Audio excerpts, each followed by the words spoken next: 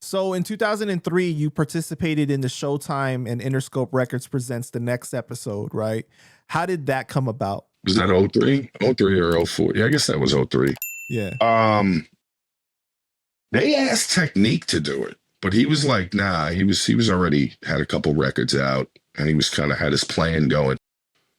So he asked them to call me. They asked if he knew anybody else that might want to do it. And he hit me up and was like, I'm going to give this dude your number. You cool? And I'm like, yeah, whatever. This dude, Todd One, who worked for them, called me. And it happened real fast. Like, he's like, would you be interested in doing this? He's like, spit something for me. So I spit a rhyme. And he was like, whoa, shit, all right. And so then like a week later, there's a camera crew in my fucking driveway. Like a week later. You didn't sign any paperwork yet?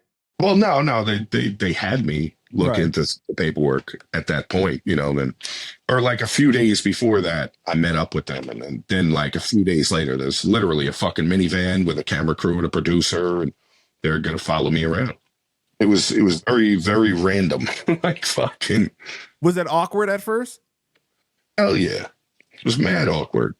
Me and a couple of my friends were in front of my crib because I wouldn't let them film in my house. And if you notice, other people had their families on there. They're in their cribs. I wasn't letting them do that. Get the fuck out of here. You notice my kid's not on there. My baby mom's not on there. I'm not doing that. I knew better than to, you know, let them be invasive into my life. Like, I ended up getting into an argument with the producer, Keith, who was a nice guy. But he was asking people, like friends of mine, interviewed, trying to get to my baby mama for drama and bullshit. And me and her had agreed, we're not doing that. Oh, he was trying to make it for TV, really? Yeah. And I pulled him into the corner at the studio because I took him. They didn't show. There's none of this footage. Like, dude, I was in the studio with Smooth the Hustler recording for that. They didn't put any of that shit on there. Fucking with DJ Dummy. DJ Dummy, I believe, was on there briefly. But you know, Travis was on there. Yeah, Travis was on there. I pulled the dude Keith into the corner and kind of threatened him. Like, where I was like, yo, what did I tell you about my kid and my kid's mom? What did I fucking tell you? I was like, you're over here. You think my friends are going to be loyal to you and give out her information? Are you fucking stupid? I was like, say I won't fuck you up. You know what I'm saying? I was like, that's my family. Are you nuts? And then, you know, he kind of pieced things out. I guess he talked me off the ledge from choking him, but we went on from choking him. Yeah. Whoa. So you end up battling Chocolate Ty, right? A female MC. And that last round, sheesh. You guys went 5 rounds. It's like, what, the first one's a cappella. Yeah, it was a weird event, man. The second it was one a weird is event. Beatboxing. Third one was drums, I think. And then there was finally a beat. And it was just like different stages of it. It was like you're supposed to change your style. It was fucking weird. Yeah, it was strange. I don't know. It happened fast, you know. It was honestly, you feel like you got robbed. I mean, everybody felt like I got robbed. I fucked up the ratings for that whole show. At the release party, they were trying to offer me my own Showtime series to go around the country freestyling and battling people. Right. But when I said, I was like, all right, how much? Then it gets weird. They're like, oh, well, like acting like the opportunity's cool. And I'm like, no, I want fucking money. I got fucking mouths to feed. Before we get to that part, though, right, do you feel like the actual show, the next episode, did a good job at representing your story or battle rap as a culture? I mean, it was all right. It was better than I thought it would be, honestly. I thought it was pretty entertaining. You know, it was interesting. People watched it. Like, I thought it was pretty cool. I thought, you know, there's a couple people that were on there. They're still around doing things that did pretty well in battle rap, especially Quest McCody and Nestle was on there. From Atlanta. I forget who were the other guys. Spitfire was the one that won, right? Yeah, and I don't know what happened to that kid. Right. I can't find him. Yeah, I thought he kind of they planned on him winning. Because I'll give you an example, right? Like when I battled Chocolate Ty, right? Like, it was kind of crowd judged, and it was very close. Like, there was no definitive winner, and the fucking producers from behind the soundboard under the tent held up a sign that was pre-made of who they wanted to win. They wanted her to win, you know, like they wanted her to go on. They needed her. They had no intention of me kind of murking her. And Do what you I feel did. like, okay, do you feel like the excessive use of calling her a bitch, hoe, saying she's sucking dick, etc., hurts you? No, absolutely not. That's hilarious. I love it. No, I know What? you do, but I'm saying, though, do you think that because you in the actual video, you end up saying like crowds are easier on women and stuff like that, and like you know, Of course they are. right? Of course they are. There's a lower bar, without a doubt. I don't think. Yeah, no, I don't think that matters. I think people like to Because I make felt it. like all the other rounds, though, all the other rounds, people cheered for you, but after that last round, because you went pretty hard on that last round. I remember right? some of it. I haven't seen it in a long time. I remember I said something. I murdered her though, because I was like something about rocking Globetrotters. Let's get this trick shot. You know, like I did say some cool shit, but I was off at that. I didn't feel like I really did that well. Like, if you ask me, I did okay. Like, I was pretty good, but like, I thought the last round was your best Wesley round, though. Snipes with a sex change. Yeah, it had to be. Yeah. I kind of made sure it was. I was fed up at that point. Like, because you notice how I walked away in that last round? Mm-hmm. That's because there was a spotlight on us. We were not allowed to leave. And I was like, at that point, I was like, fuck this. Because they were being hostile towards me. Like even the hosts, even like Grandmaster Kaz and stuff, who I kind of ripped into. I don't know if that was ever even on the show or not. I kind of talked mad shit to him there. Why? Which I ended up later on because he was trying to lecture me after the battle. You can't talk to a woman like that. Poison Pen got into it with him. He started barking on him. It was funny, but like, dude, I had the whole crowd go, ooh, you know, because Kaz was talking. And I was like, yo, right in front of everybody, like everybody there. I was like, yo, listen. You never battled in your fucking life. I was like, I don't care what you did in hip hop or for hip hop. I got too much respect for myself than to listen to some washed up grandfather tell me how to fucking battle now. And the whole crowd was like, oh shit, because you didn't say that to Grandmaster Kaz. Nobody's supposed to say that. You know, everybody has this idea that you're just supposed to respect the fat pioneers. Get the fuck out of here, man. Stop it. You're not going to lecture me, bro. I'm a man first. You know what I mean? Don't sit here and lecture me. Number one, I'm better at rapping than you are. Maybe I wasn't in 1980 and you did things that set a foundation, but I'm better at rapping than you are. You can't tell me how to battle. You can't. You don't have the experience I do. So don't tell me what I can and can't say. Well, just off of principle, don't tell me what I can or can't say. I say whatever the fuck I want. This is my time. But he was trying to punk me and I wasn't having it. Later on, I ran into him at SOBs and I did apologize because I was like, that was disrespectful. You know, I don't want that to be like the example of who I am. You know, I was like, you see, he's a very nice guy too.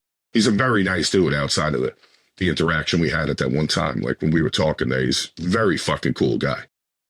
He was like, oh, nah, man, I understand. You get fired up. I was like, nah, it's kind of fucked up, you know, because we are on camera. I got to be a little more, you know, I was a little inexperienced back then. I should be a little more, aware of my surroundings and what we're doing, you know.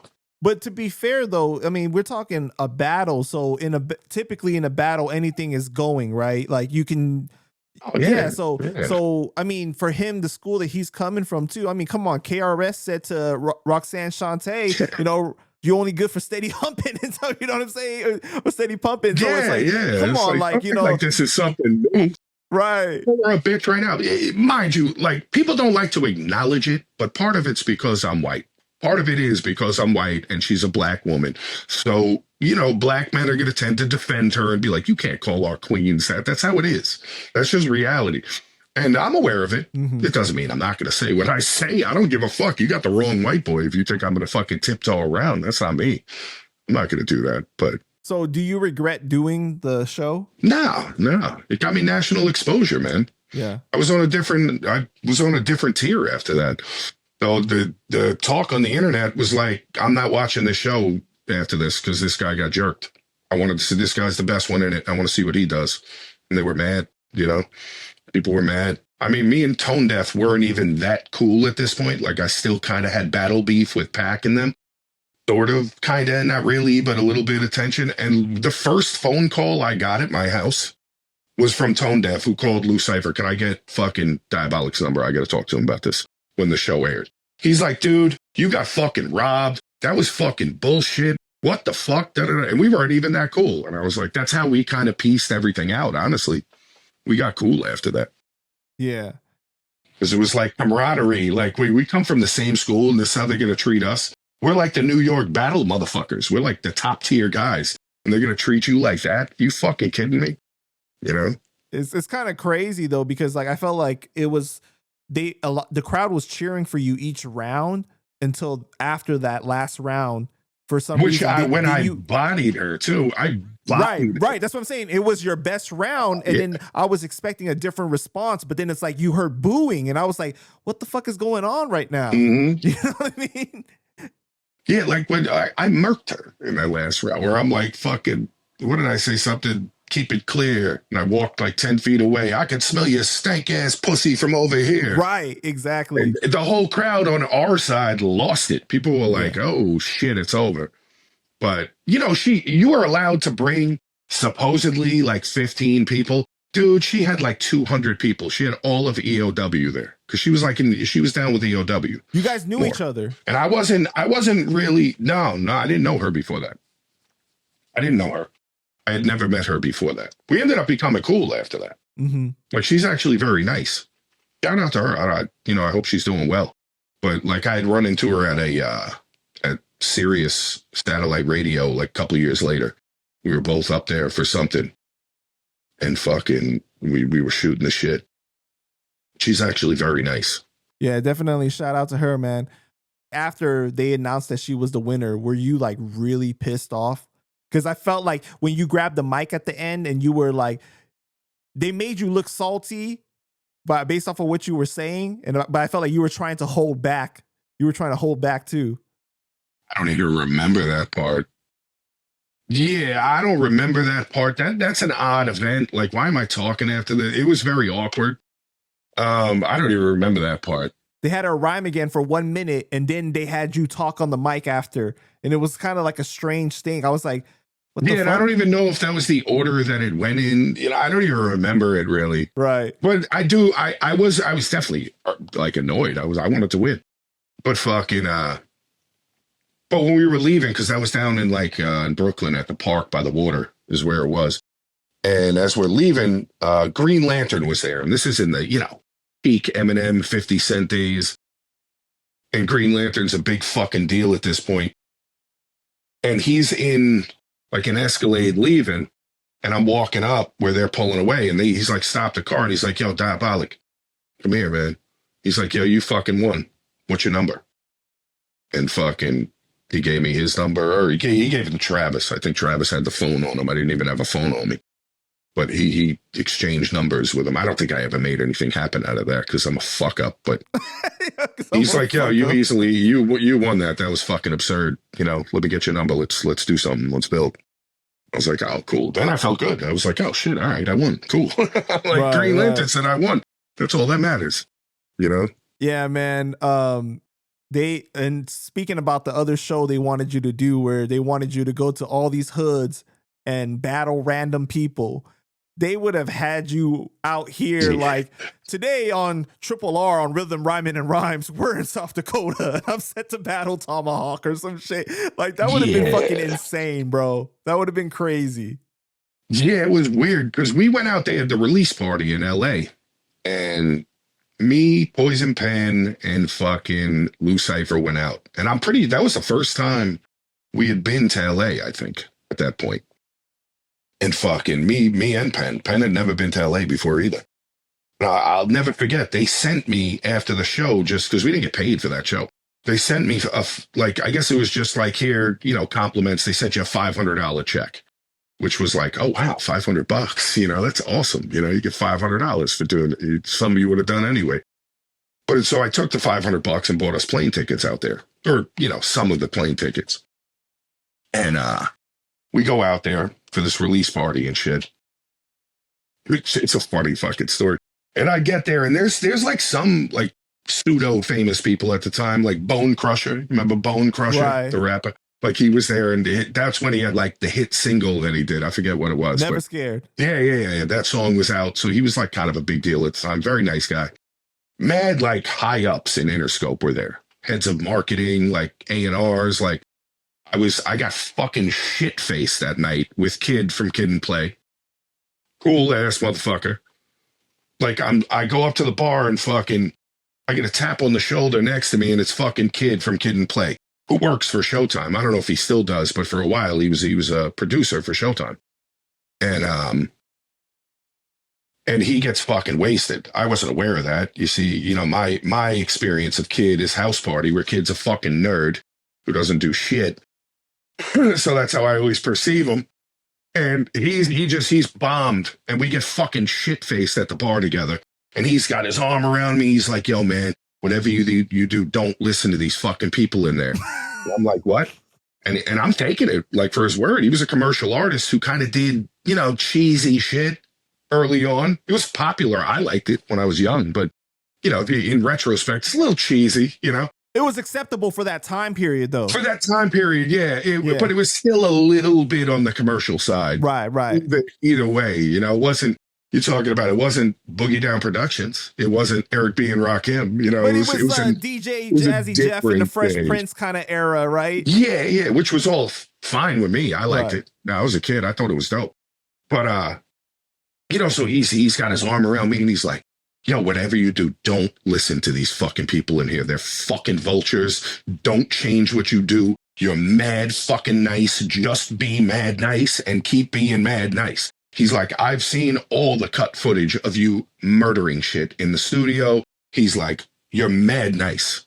He's like, "They tried to paint you as mediocre." Yeah, he's like, "You're in there with Smooth the Hustler. You're murdering shit." He's like, "They tried to paint you as a little mediocre, not to fuck the show up." But he's like, "Just keep doing what you're doing." Damn, just don't, he saw all that?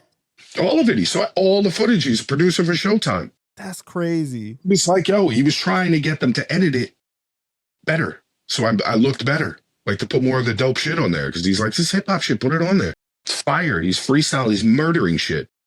You know? Like you saw the one where I'm at Block McCloud's crib. I kind of bodied that verse, you know, like It was all kinds of fucking, there was mad shit like that. There was me in studios. I was rapping all week long, just spitting every rhyme I had. They didn't want to show a lot of it though. Because it imbalances the show. They're trying to paint the little TV program for people, you know, not like who people really are, you know. So how come they didn't even pay for the tickets for you to go out there for the release? Because they're fucking cheap. I don't know. They're like, "Good luck, you know, bro. Best of luck, man. Best of fucking luck." I don't know. Yeah, the fact that you have to spend the $500 you got from well, that. They sent it with the invite to the fucking release. I guess maybe they look at it like, if you want to come here, you can, if not, keep the money, you know, kind of like, here, you could pay to get yourself out here, or you could just keep the $500 type of thing, maybe. I don't know the logic, you know. But we went out. I was like, fuck that. I'm going out for that. That's going to be fun. I've never been to LA. We'll go out and be cool for a night, you know. And I didn't know what I was walking into, but I was like a fucking superstar in there. They were treating me like a motherfucking icon in that place. It was awesome. I'm pretty sure they were trying to honeypot us with chicks, because all of a sudden these fucking fly black girls are surrounding us and shit. I felt like they were in the CIA, man. I was like, the fuck is this? They're going, "I ain't that fucking famous. I don't even know who I am." I'm up on my face on this big screen. They got clips of the show playing. It was fun, man. We got fucked up, open bar. Now, Lou Cypher is a fucking legend for this. He is a legendary fuck up, my man, Lou Cypher. At an open bar, right? He managed to spend $250 on a credit card, lose his credit card, and have to be removed from the venue, to which we left him on the fucking sidewalk, sleeping, passed out, drunk as fuck, blacked out, passed out drunk. We weren't going to leave the party, so I was like, fuck it, let's leave him on the fucking sidewalk next to the car. He'll be fine. That's our logic back then. Leave your friend on the sidewalk, passed out in his own puke. He was alive, you know. He's like, "Oh, man, just go." You know, we made sure he didn't choke on his own fucking puke. He had already puked it out. But this wasn't, mind you, this was not my first run-in with Lou Cypher getting alcohol poisoning. Believe me. Wow. He's had like 5 or 6 of those over the years, man. But this was one of a few. But it was fucking funny. Loses his card. We had to go back to the venue the next day to get his fucking credit card, which I don't even know the physics of you spending $200 plus at a fucking open bar. Not sure how that works, but he figured it out. I'm not sure how, but he did. Yeah. But that was a good night. Was this the same trip where you and Poison Pen hung out on Sunset and ran into Samantha Mumba? Yeah, yeah. At fuck, I forget the name of the place. Me and Penn were just talking about it the other day. It's a pretty well known spot. Something Saddle, right? Something, yeah, yeah. They got like a fucking mechanical bull in the middle of the restaurant. And me, him, Travis, Pfeiffer, we all go out to eat because Travis came out for that. He had his uncle actually lived out there. Rest in peace, his uncle. He was dying at that point of cancer, but he was still alive at that point. And but we went out to eat there, and a couple tables across the room is fucking Samantha Mumba's cute ass. And she was buzzing at the time too. Yeah, it was like the Time Machine was out. You know, like she was pretty famous and she's fucking cute as a button. So people are like, you know, we're looking, and I'm like, that's fucking Samantha Mumba, dude. Penn's like, that's definitely Samantha Mumba. And Penn there's a special place in his heart for Samantha Mumba, apparently, because he was like, hey, I don't know. So I gassed him to go over, and I was like, fuck it, shoot your shot, man. I was like, go for it. Just do it. Fuck it. You're never going to get this shot again. Who gives a fuck? Go over to her. And he did. And Penn's charming. Very nice guy. Very welcoming. And he was sitting there shooting the shit with her for like 15 minutes. And she's smiling, laughing and shit. Nothing ever came of it. He didn't get to fuck her or anything. But right. For the time, I wish I had the modern day cell phone so I could have been like, fucking record. Look at Penn doing this thing. I would have been given play by play. Penn's over there going for it. God bless him. It was funny, do some man. Good promotion with that too, like turn it into a rhyme and put the footage with it. Yeah, in today's era, you could definitely do that. AI it now. We could probably get the whole room with Samantha Mumba and Penn chilling, like right. Her licking his face and shit. It was fucking awesome though. That was a great trip though. That was a great trip. I fucked up because Penn had I don't think I had a cell phone at this point. I don't even know. But Penn had gotten this chick's number. He was vibing with this chick from the party. And I had to put in a number from this other chick that was at the party into Penn's two-way. Remember two-ways? I remember I didn't know how to use a two-way. That was like a fucking foreign thing to me. But I put the number in, and somehow putting the number in, I deleted the number Penn got and fucked his shit up. So he lost the chick that was like all over him at the party that was honeypotting him. It was fucking great. It was fun, man. It was a good trip.